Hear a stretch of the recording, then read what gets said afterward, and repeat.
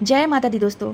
शारदीय नवरात्रि के 9 दिनों में माता के 9 स्वरूपों की पूजा आराधना की जाती है। माता रानी को दिन के अनुसार उनके प्रिय भोग अर्पित किए जाते हैं। तो आज इस वीडियो में हम जानेंगे कि दिन के अनुसार भोग लगाने से क्या लाभ मिलता है, उससे कौन कौन सी परेशानियां दूर होती है। तो बने रहिएगा हमारे चैनल पर। उम्मीद करते हैं आप सभी को हमारी वीडियो पसंद आएगी। तो देखिए, जो पहला दिन है, नवरात्रि के पहले दिन कलश स्थापना के साथ माता शैलपुत्री की पूजा आराधना की जाती है।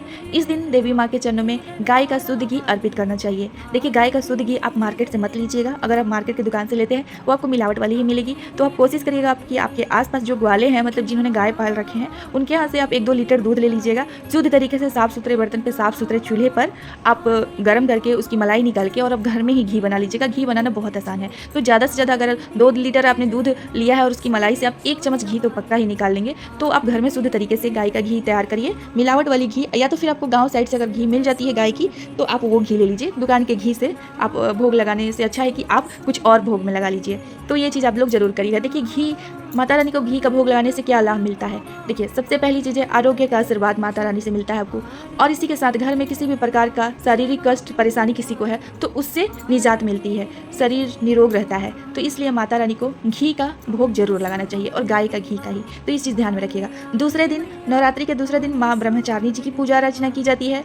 और इस दिन माता रानी को मिश्री का भोग लगाना चाहिए। देखिए, शक्कर का भोग लगाने का कहा जाता है, लेकिन शक्कर का भोग आप कभी भी ना लगाएं, क्योंकि उसमें एक तरह का केमिकल मिला होता है। तो वो भोग लगाने से अच्छा है कि आप मिश्री ले, जो कि ढेले की तरह होता है, पत्थर की तरह होता है, तो जो कि आप स्क्रीन पर देख सकते हैं। तो ये, इसमें किसी भी तरीके का कोई केमिकल का इस्तेमाल नहीं किया गया होता है। तो ये भोग आप माता रानी के लिए मिश्री का इस दिन भोग लगाएं। देखिए, इस भोग को अगर देवी माँ के चरणों में आप अर्पित करते हैं तो इससे आयु की वृद्धि होती है।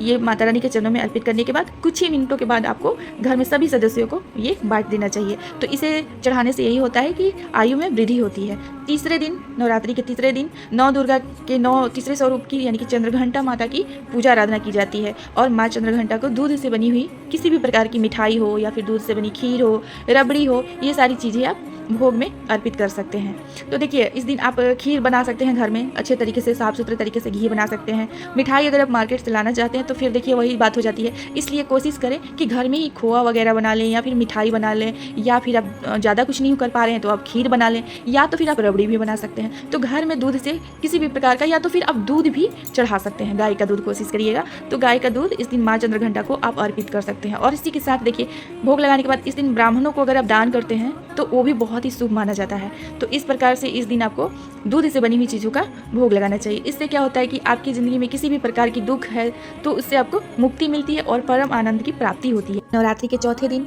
माता के चौथे स्वरूप माँ कुष्मांडा की पूजा आराधना की जाती है, और माता कुष्मांडा को मालपुए के भोग लगाए जाते हैं। तो इस दिन आप घर में शुद्ध तरीके से, साफ सुथरे तरीके से मालपुए बना के माता रानी के चरणों में मालपुए अर्पित करें। मालपुए अर्पित करने से देखिए क्या होता है, बुद्धि में विकास होता है, और उसी के साथ निर्णय, किसी भी प्रकार का निर्णय लेने के लिए शक्ति प्रदान होती है। आदमी उसमें सक्षम हो जाता है कि किसी भी प्रकार का फैसला ले सके। तो इससे बुद्धि का विकास होता है, इसलिए मालपुए का भोग लगाया जाता है। नवरात्रि के 5वें दिन माता के 5वें स्वरूप स्कंद माता की पूजा आराधना की जाती है।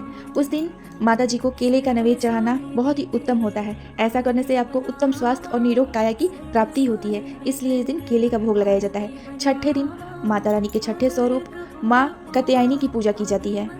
इस दिन माता रानी को शहद का भोग लगाया जाता है। और शहद देखिए, आप मार्केट से देखिए हर जगह तो शहद उपलब्ध होगा नहीं, ओरिजिनल शहद। तो मैं आपको पहचान बता रही हूँ, अगर आप मार्केट से शहद ले रहे हैं तो जो ओरिजिनल शहद होता है वो देखिए जमने के बाद भी आपको घी जैसा दिखेगा। जैसे घी जमने के बाद होता है वैसे ही दिखता है, और जो डुप्लीकेट होता है वो चीनी जैसा हो जाता है। तो यही शहद की पहचान है। आप कोशिश करिएगा कि जो ओरिजिनल शहद है, जो मधुमक्खियों के द्वारा तैयार किया जाता है, उसी शहद का प्रयोग करें माता रानी को भोग अर्पित करने के लिए। आप बनावटी शहद का भोग बिल्कुल भी ना चढ़ाएं। और ये करने से देखिए क्या होता है, शहद का भोग लगाने से मनुष्य की आकर्षण शक्ति में वृद्धि होती है। तो इसलिए शहद का भोग जरूर लगाना चाहिए। नवरात्रि के 7वें दिन माता रानी के 7वें स्वरूप कालरात्रि की पूजा आराधना की जाती है, और इस दिन माता रानी को गुड़ का भोग लगाया जाता है। और देखिए, गुड़ का भोग लगाने से क्या होता है, गुड़ का भोग लगाने से शोक से मुक्ति मिलती है, और जो अचानक आपके घर में संकट आते हैं उससे रक्षा होती है। तो इसलिए गुड़ का भोग अवश्य लगाएं। कोशिश करें कि गुड़ जो हो वो गन्ने का ही होना चाहिए, खजूर के गुड़ का इस्तेमाल मत करिएगा। 2 प्रकार के गुड़ होते हैं, एक खजूर का और एक गन्ने का। नवरात्रि के 8वें दिन माता महागौरी की पूजा की जाती है।